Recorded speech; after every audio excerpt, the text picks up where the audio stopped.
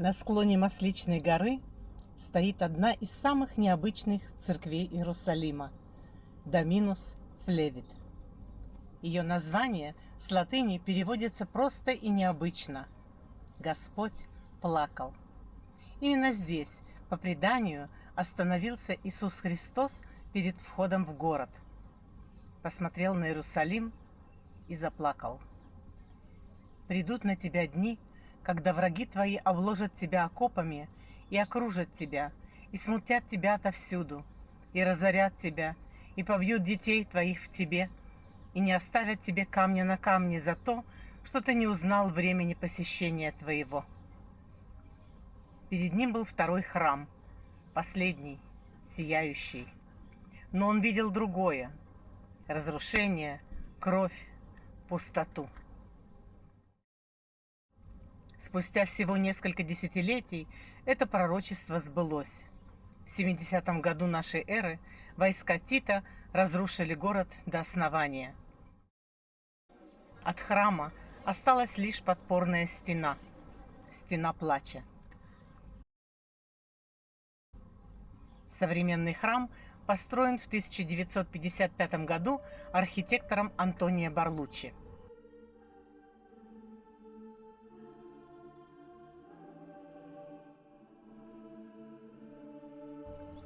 Барлуччи спроектировал эту церковь так, чтобы каждый, кто стоит внутри, смотрел туда же, куда смотрел Иисус, на старый город Иерусалима, на Храмовую гору.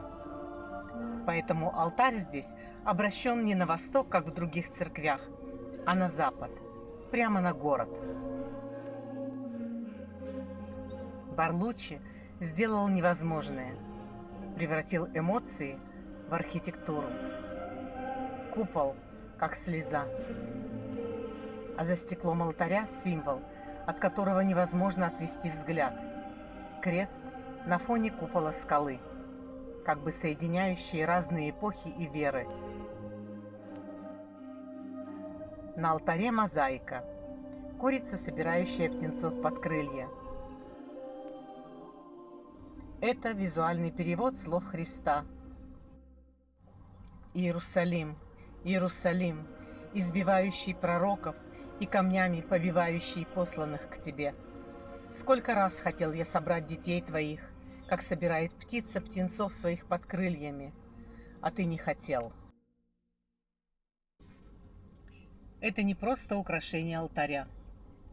Это боль.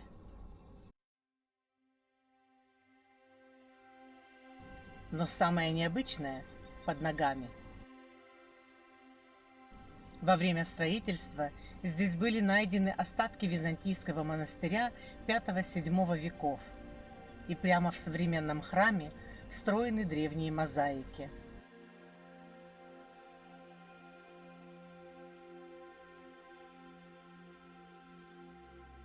На одной из плит греческая надпись. Человек по имени Симон посвятил это место Христу для прощения своих грехов.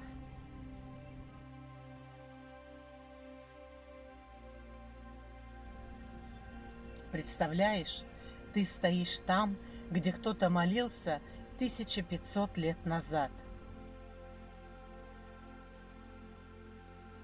Во время раскопок на территории церкви нашли гробницы времен второго храма, византийские руины и древний некрополь.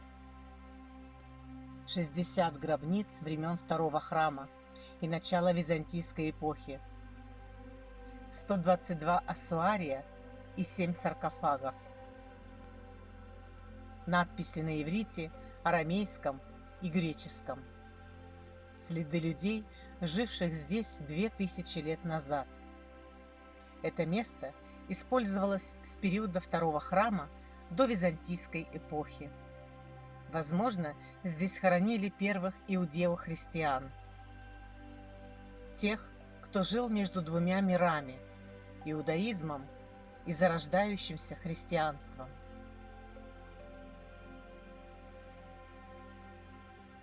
Доминус Флевит – это не просто церковь. Это точка, где пророчество стало явью, архитектура стала эмоцией, камень стал свидетельством. Здесь Иисус плакал об Иерусалиме. Сегодня мы смотрим на тот же город и, возможно, задаем вопрос: поняли ли мы то, о чем он плакал?